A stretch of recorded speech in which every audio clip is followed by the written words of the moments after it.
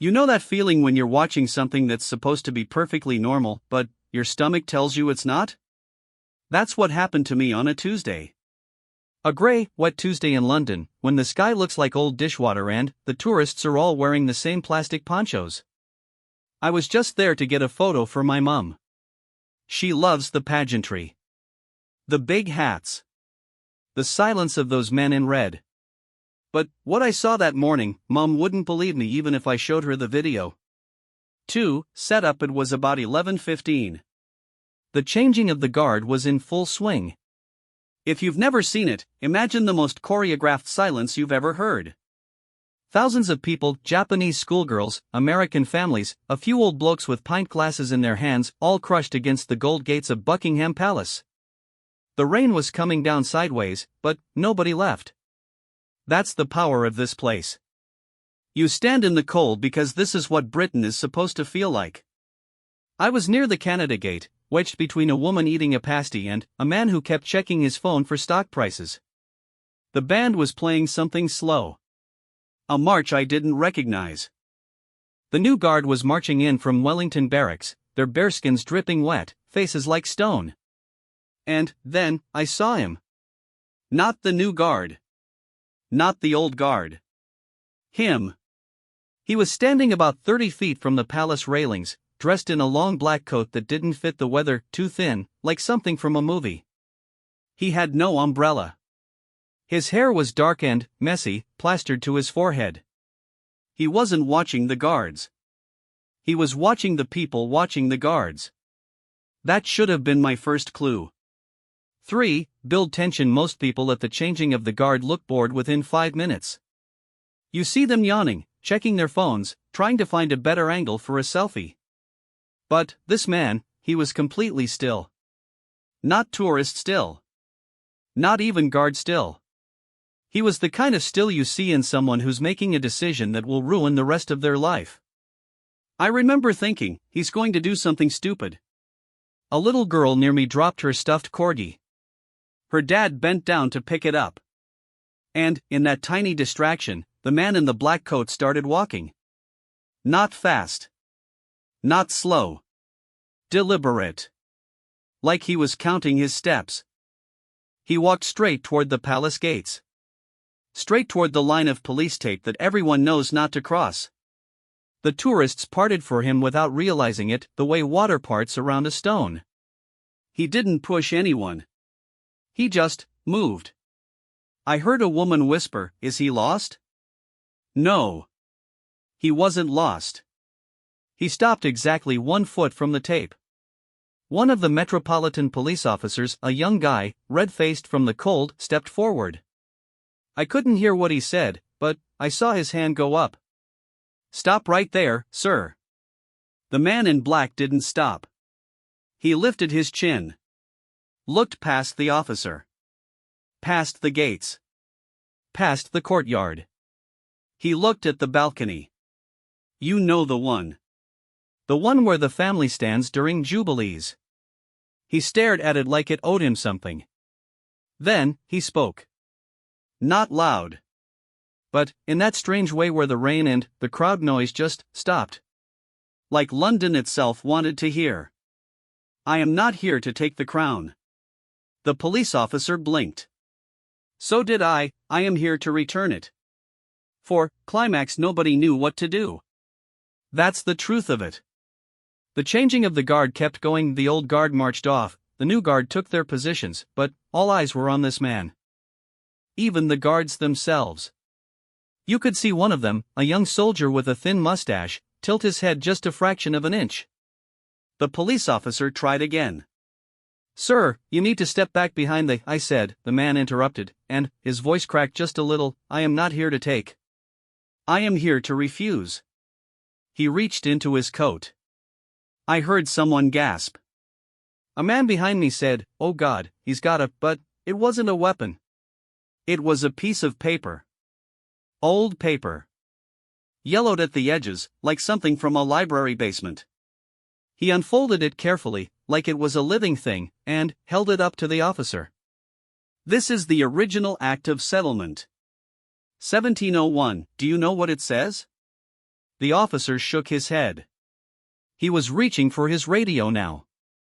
It says the monarch must be Protestant. It says the crown passes to the nearest heir. But it also says something nobody ever reads. The man's voice got quieter. It says the monarch must rule in the old way. Through privy councils. Through whispers in dark rooms. Through secrets that never see the sun. He folded the paper again. Slipped it back into his coat. I am the rightful heir. The genealogists won't tell you that. The historians buried it. But I have the papers. I have the blood. I have the right. A murmur rippled through the crowd. Some people laughed nervously. One woman started filming on her phone. An old man shouted, "Get on with it, mate." But then, the man did something none of us expected. He turned his back on the palace. He faced the crowd, faced us, and spread his arms wide, like a preacher in a field. I claim the throne, he said. But I will not rule the old way. The police officer finally grabbed his arm. Another officer joined him. But the man didn't resist. He let them pull his hands behind his back. He let them put the cuffs on. And, all the while, he kept talking, looking right at us, the tourists, the locals, the woman with the pasty, the man with the stock portfolio. No more secrets. No more backroom deals. No more crown without the people's voice. If I sit on that throne, I sit with you. Every law. Every decision. Every penny. You will see it all. Or I will not sit at all. 5. Resolution. They took him away. Just like that. 2 officers on either side, walking him toward a waiting car near the Victoria Memorial. He didn't shout. He didn't struggle. He just walked, head high, black coat dripping, rain running down his face like tears. The crowd watched in complete silence for about 10 seconds. Then, someone clapped. 1 person. 2. A smattering of applause that died almost as soon as it started because nobody knew if it was appropriate. The band struck up a new song. God Save the King. Everyone stood a little straighter. The moment passed. But I didn't move. I stood there with my phone in my hand, the video still recording, and I watched the police car disappear down the mall. And I thought about what he said. No more secrets. I looked up at the palace windows. So many windows. So many dark rooms behind them. 6. Ending line. You can put a man in cuffs for claiming a throne. But you can't arrest a question once it's been asked out loud. Part 2. The interview that never happened. 1. Hook. 3 days later, I found out his name. Not from the news, they called him a disturbed individual and moved on. Not from the police, they don't tell civilians anything. I found out because his solicitor called me. Turns out, the video I took on my phone had 2 million views. Someone had tracked me down through the EXIF data. And, the man in the black coat, his name was Elias Whitmore, wanted to talk. 2. Set up. The solicitor's name was Mrs. Hargrave. She had a voice like burnt toast and she didn't introduce herself as a solicitor. She just said, "You were at the palace on Tuesday. Mr. Whitmore would like to see you. He is currently at HMP Belmarsh. Visiting hours are Thursday at 2. I almost said no. Of course I almost said no. Belmarsh is not a place you visit for fun. It's where they send the people the rest of us are scared of. But I kept thinking about the way he'd looked at the crowd. Not like a madman.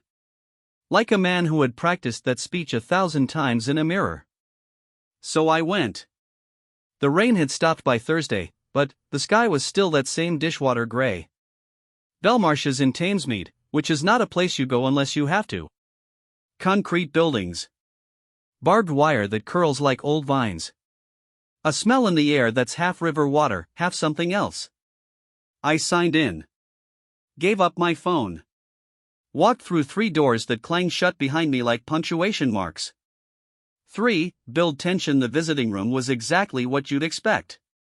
plastic chairs bolted to the floor, a vending machine that only sold stale crisps, and a row of glass partitions with phones attached, like something from a movie about the Cold War. Elias was already on the other side of the glass when I sat down.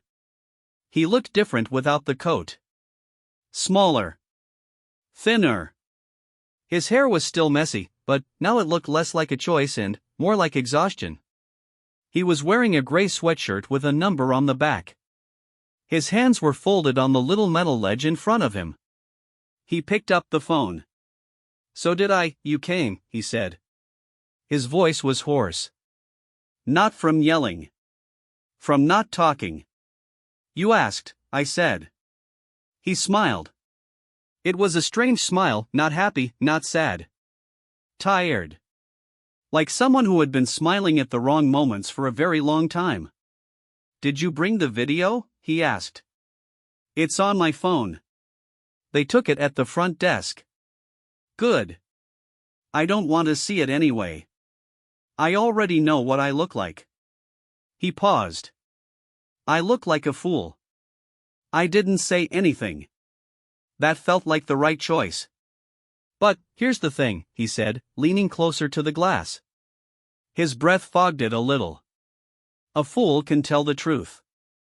A wise man can lie perfectly. Which one would you rather be?" 4. Climax. I asked him the question everyone wanted to ask. "Are you really the heir?" He didn't answer right away.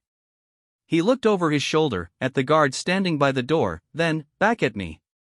Lowered his voice even though the glass was supposed to be soundproof. "My great-grandmother was a woman named Alice Whitmore. In 1923, she had a child with the man who would become King George VI. Before he was king. Before he married the Queen Mother.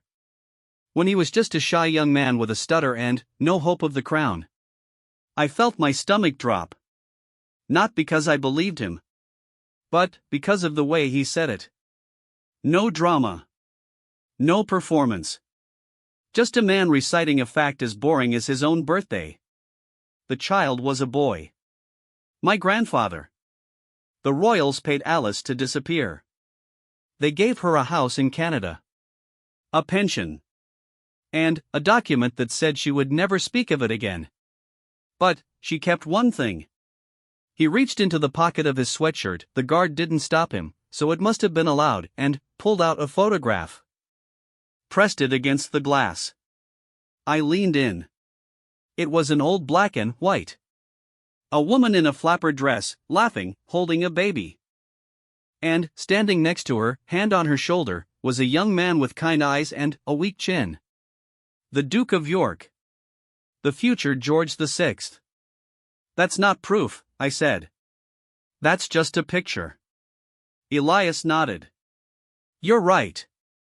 The proof is in a bank vault in Zurich. DNA samples. Letters. A diary written by Alice herself, describing every night they spent together. The solicitors have seen it. The palace has seen it. They know. Then, why aren't you on the throne?" He laughed. Not a nice laugh. A sharp, short laugh that ended as quickly as it started. "Because I won't play their game. They offered me a deal. Quiet recognition. A title. A house in the country. All I had to do was sign a paper saying I would never seek the crown publicly. Never challenge the line of succession. Never tell the story." He set the phone down for a second. Rubbed his eyes with both hands. Picked it back up. I tore the paper up. Right there in the solicitor's office. And I told them, I don't want the crown if it comes with lies. I want the truth.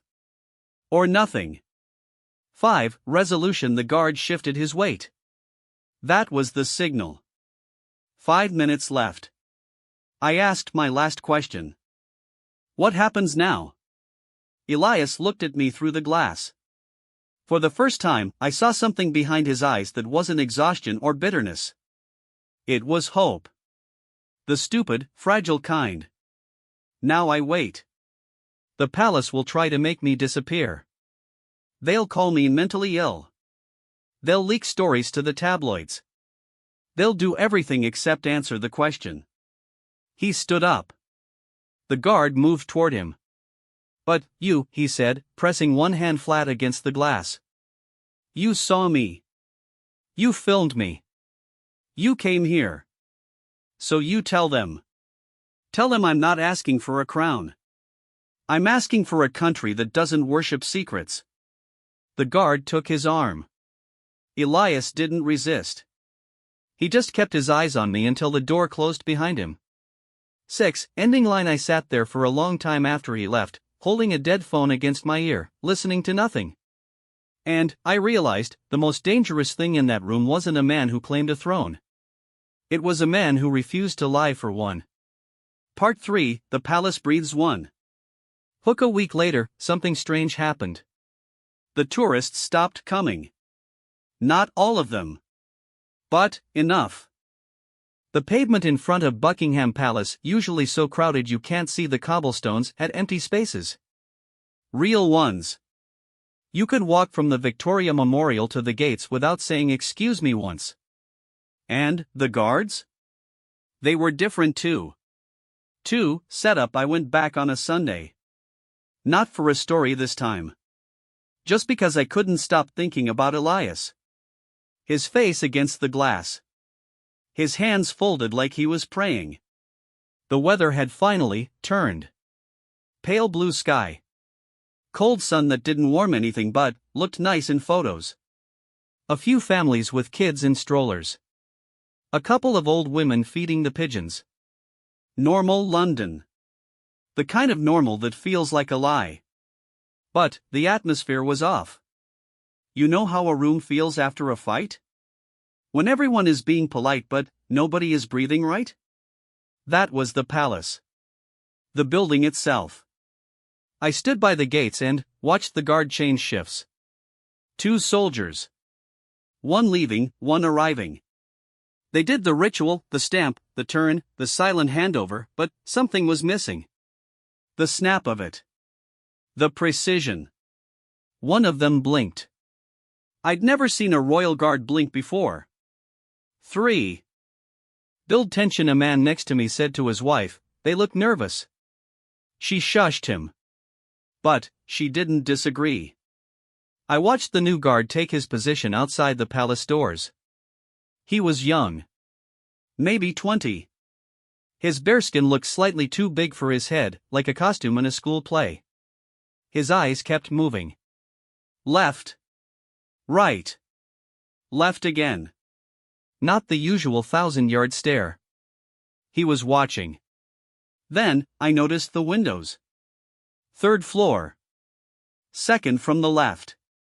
A curtain moved. Just a flicker, like someone had pulled it back an inch and let it fall again.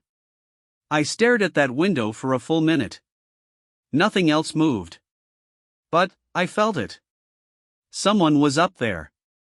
Someone who wasn't supposed to be seen. A police officer walked past me.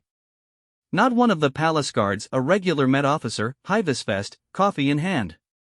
I stopped him. Busy day? I asked. He looked at me like I'd asked him to name a state secret. Same as always, he said. But, his hand shook when he lifted his coffee. For, climax, that's when the car arrived. Black. Tinted windows. No flags, no royal insignia, nothing to say who was inside. It pulled up to the side gate, the one the family uses when they don't want to be seen. The gate opened before the car stopped. And, for just a second, I swear this is true, the car window rolled down. Just an inch. Just enough for me to see a face. Older. Gray hair. A woman's face, sharp and tired. She wasn't looking at the palace. She was looking at the crowd. At me. Her eyes met mine for half a heartbeat. Then, the window rolled up. The car slipped through the gate. The gate closed.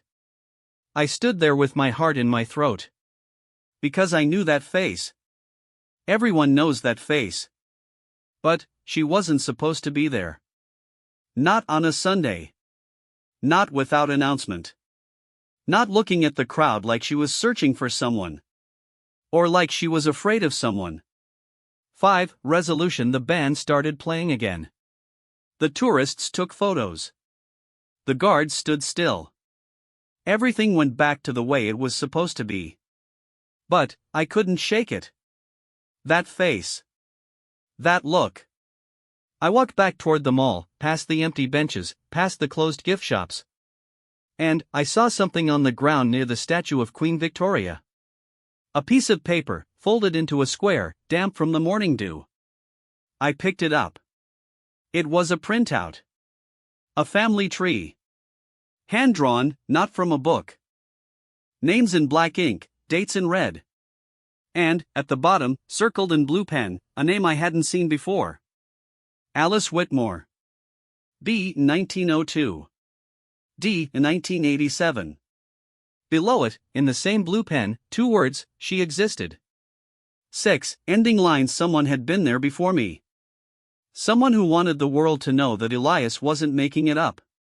And, whoever they were, they had gotten closer to the palace than I ever could. Part 4, The Quiet Revolution 1. Hooked. 2 weeks later, the story broke.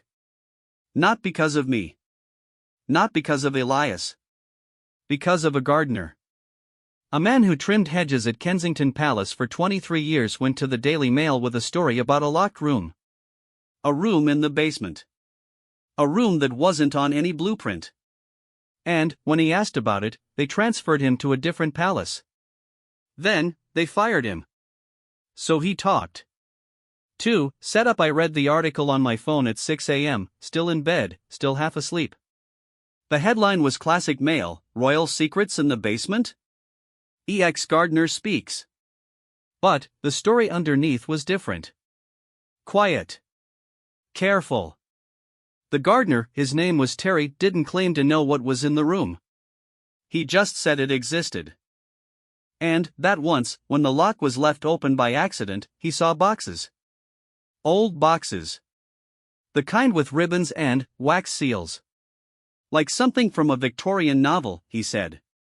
The comments section was already on fire. Half the people called him a liar.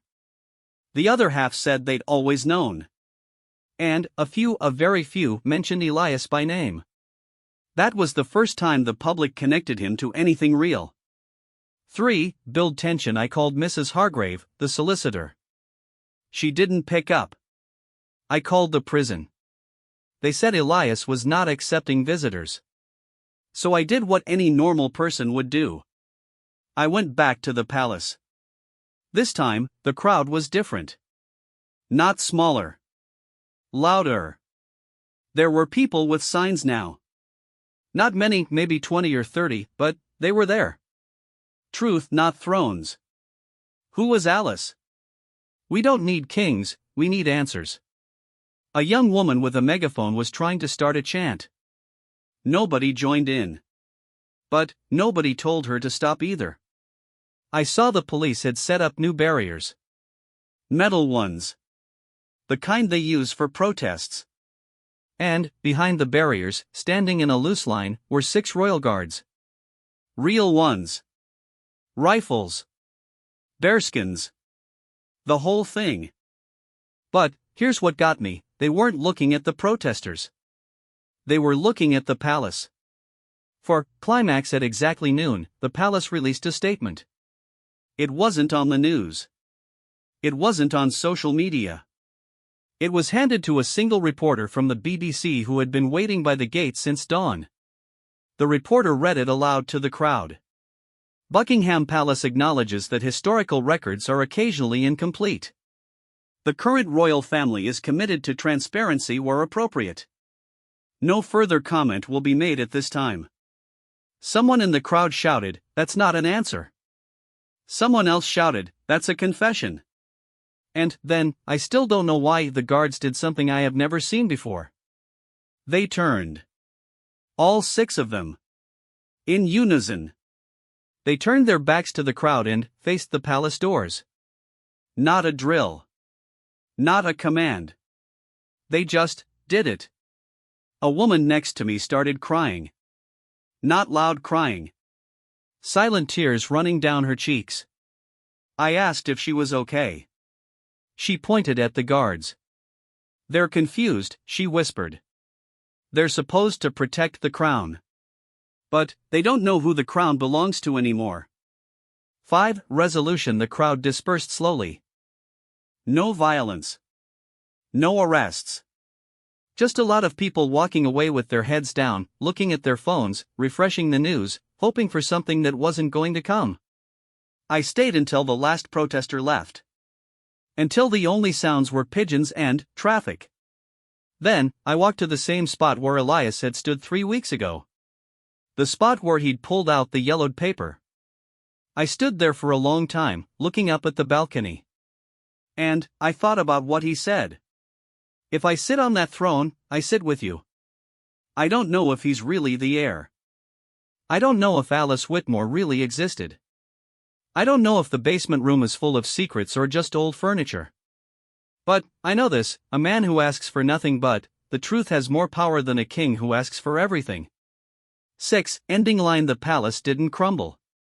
The crown didn't fall. But, something shifted that day, something small and quiet and impossible to name. And, I think that's the scariest thing of all. Not the revolution you see coming. The one that starts with a question. Part 5. The day nobody shouted one. Hook. A month later, Elias Whitmore walked out of Belmarsh. No fanfare. No press conference. Just a man in a gray coat, standing outside the prison gates at 8 a.m., blinking at the sun like he'd forgotten what it looked like. The charges had been dropped. Insufficient evidence of intent to cause public alarm. That's what the statement said. But everyone knew the truth. The palace didn't want a trial. A trial would mean testimony. Testimony would mean questions. And questions were the one thing they couldn't guard against. 2. Set up. I met him at a cafe near Waterloo Station. A greasy spoon with cracked vinyl booths and a tea stain on the ceiling that looked like a map of Australia. He chose it. Said he wanted somewhere nobody would recognize him. Nobody did. He looked better than he had in prison. Thinner still, but clearer. His eyes didn't dart around the room. They stayed still, like a man who had finally stopped running. He ordered a full English breakfast. Ate half of it. Pushed the rest around his plate with a fork. They offered me a deal again, he said, not looking up. Same as before. A house. A title. Silence. What did you say? He set the fork down. Looked at me. That same tired smile. I said I'd think about it. 3. Build tension. I must have looked disappointed, because he laughed. A real laugh this time. Warm. Almost friendly.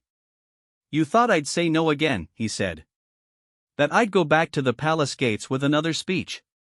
That I'd die for the truth. Something like that. He leaned back in the booth. Ran a hand through his hair. Here's what I learned in prison. The truth doesn't need me to die for it. The truth just needs to be known. And, now it is. People are talking about Alice. About the basement room. About the old way of ruling. That wasn't happening before I stood in the rain. He picked up his tea. Took a sip. Made a face, too hot. So maybe I take the house. Maybe I take the title. Maybe I live quietly and let the historians fight it out. That doesn't mean I lost.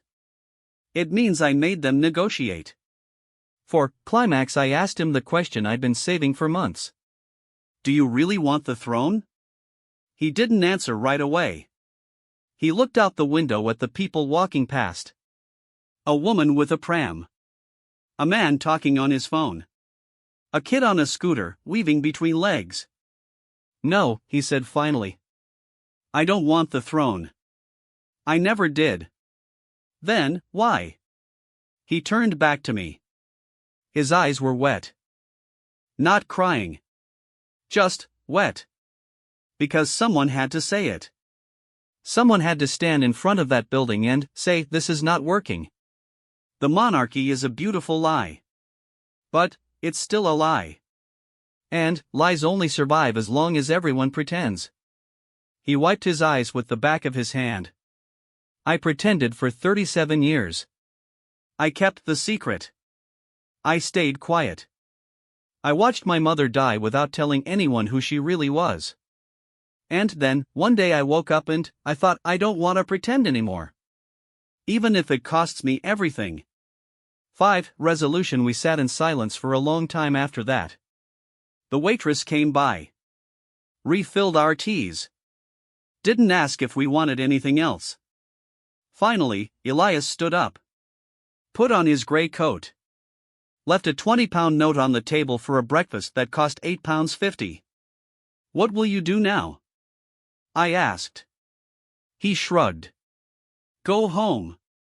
Sleep in my own bed. Maybe write a book. Maybe disappear. I haven't decided yet. He walked to the door. Paused with his hand on the handle. Turned back. You know what I'll remember? Not the palace. Not the guards. Not the crown. I'll remember the way the crowd looked at me that day. Not like I was crazy. Like I was familiar. Like I'd said something they'd all been thinking. He opened the door. The cold air rushed in. That's the thing about the old way of ruling, he said. It only works as long as nobody asks why. The second you ask why, really ask it, the whole thing falls apart. 6. Ending line. He walked out into the London rain. No umbrella. No entourage. Just a man who had claimed a throne he never wanted, refused to rule in a way he couldn't stomach, and, somehow, in the middle of all that, reminded a few thousand strangers what courage actually looks like. It's not the crown on your head. It's the question in your heart that you refuse to bury. This response is AI generated and, for reference purposes only,